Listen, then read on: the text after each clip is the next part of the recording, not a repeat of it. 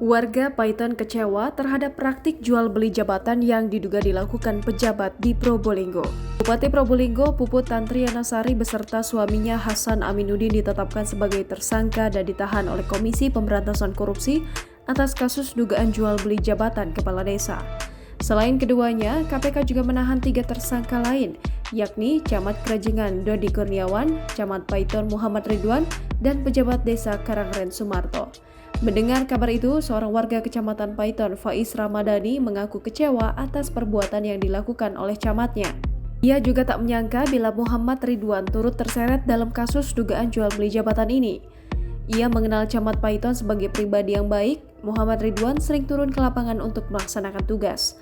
Warga Kecamatan Paiton lain, Aisyah, mengungkapkan keprihatinannya atas kasus yang sedang terjadi di Kabupaten Probolinggo. Sementara itu, berdasarkan keterangan sumber Tribun Jatim Network, ia melihat seorang tersangka berinisial NH masih lalu lalang beraktivitas.